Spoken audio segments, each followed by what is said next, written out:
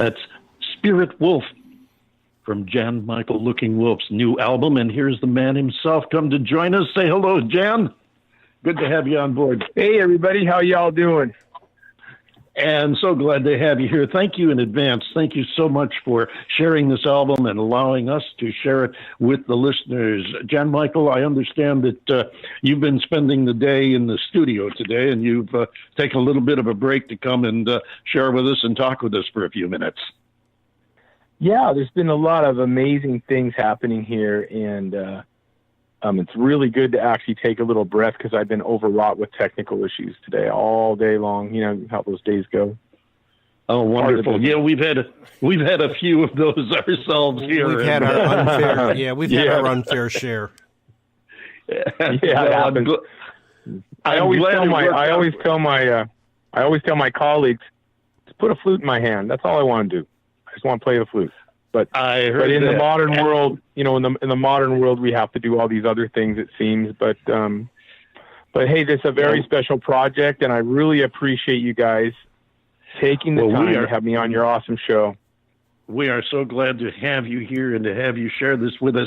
Tell us about the project. But first off, the name of the new album is Beautiful. Beautiful. Okay, I knew that, but I wanted you to say it. Tell us about this project.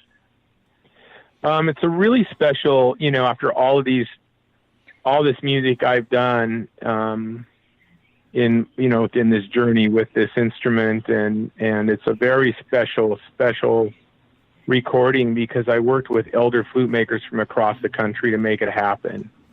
And, they're all these guys are in their 60s and 70s, and they're amazing artists and flute makers. And the idea of the album was that each one of those flutes that they make would have a story with it, and then I would put that story into music and really bringing back the art and the nuance of the Native American flute, bringing back the mastery in that. Right. So each of these songs, you were playing a different flute from a different flute maker. Yes. Aha. That's correct. That is really, really interesting to know. John Bon Jovi, you look like you have something you'd like to toss in. Yeah, Jan Michael, I'm just curious because I've now listened to 2 cuts off of this album, and I think I had mentioned this to you in the past when you were on the show before about the ethereal sound that you get, which leads me to wonder, how old were you and when you first became interested in learning how to play the flute, and what was the what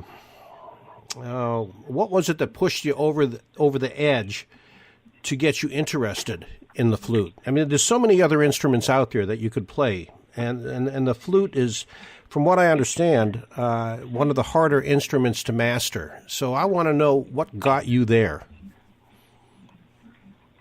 Well, I've been a musician my whole life, from as early as I can remember. I remember being a young boy, very, very, very young, and curling up my lip and doing Elvis Presley impersonations for my family at like 5, 6 years old, and singing Elvis. I love music my whole life. I've absolutely loved it, and very musical. Dancing and singing. And then when I was a young man, I started on the classical guitar and then rock guitar. And then I moved on to become a vocalist and a songwriter. And then I was on my reservation, actually, as a young man. I was dancing and drumming and dancing at powwows. And that's when I found the flute, and the flute found me. And it was just a very beautiful journey at that time. There was no recordings and technical things and rehearsals. I was just playing my flute and making medicine with it and singing from my heart. And it was a beautiful journey. And then from there, it went on to becoming a recording artist. And, 25 albums later, here I am. And here you are. It's just been an amazing journey, man. And 25 albums and a plethora of awards. I think you've won just about every major award that you could have won, have you not? It's been pretty crazy, yeah. I think the last count, they keep updating it, but I think it was 65 and awards. And I won a lot of them. And last year I actually made an announcement in New York. It would be the last year, because I'm going to make music the rest of my life, but it would be the last time I participate at the Native American Music Awards. I won my 6th award there last year, and I feel like it's time for me to step out of that program for younger Native artists. And now, correct me if I'm wrong, but the last time that we spoke to you, you were up for an award, and I'm sorry my memory fails me as to which one it was, but I think if it's you stepped aside to let one of your younger proteges step up and try to get that award. And how did that work out? I'm trying to think of which one that was, 'cause I've done that a few times. And I'm sorry, I can't help you with I can't help you with a name or anything. But I remember talking about it's that. Okay.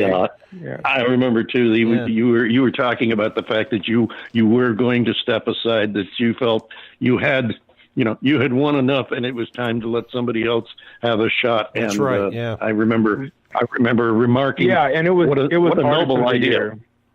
Yep. Well, thank you. But, it's easy to be noble when you've won them already, right? But the thing is, so I don't want to puff myself up too much, but no, I have won 6 Native American Music Awards, 32 nominations there, and they've been great. And I just felt like it was time for me to move on to make room in that genre. That's really the Native American Music Award genre right there, and there's a lot of younger Native artists up and coming, and I really want to support them. There's only so many awards to go around every year, and so I really wanted to support that effort. My music's still out there, and I was just on the phone earlier today with the Global Music Award director. We submitted Beautiful to that and some of the other ones, but that particular award show, we stepped aside for the younger Native artists. It's time for the youth to come up and let the old man have a break there. Well, I think the old man has earned it. And we're going to talk more about your career and this album after we listen to this next track. Tell us a little bit about Butterfly Dreams. Oh, Butterfly Dreams was an amazing track. Right when I was recording this album, my mom was in hospice, and she was in her last final days. And so I was able to spend some time with her. I spent the whole last 3 weeks of her life with her. And so this beautiful flute by David O'Neill of Rising Moon Flutes was sent to me for the album with this butterfly, beautiful butterfly embellishment on it. It's got all these, it's just an amazing flute. And so my mom's really partial to butterflies, so I actually played that flute for her, in her hospice room, and it was a very special moment for us. And that's when I actually wrote that song, Butterfly Dreams, and I later recorded it for her. So just one of the special songs on the album, but it really, what it really talks about is what this whole project is. It's beautiful. And what it is that, like with the butterfly, they go through all these stages of life, and then they're not a butterfly for very long, 2 weeks, the monarch butterfly. And so it's good to enjoy every stage of life you're going through. And then it's also good to be brave and just spread your wings and embrace that. You have to be good to yourself. So that's what this is about. From his newest album, Beautiful, Jan Michael Looking Wolf and Butterfly Dreams.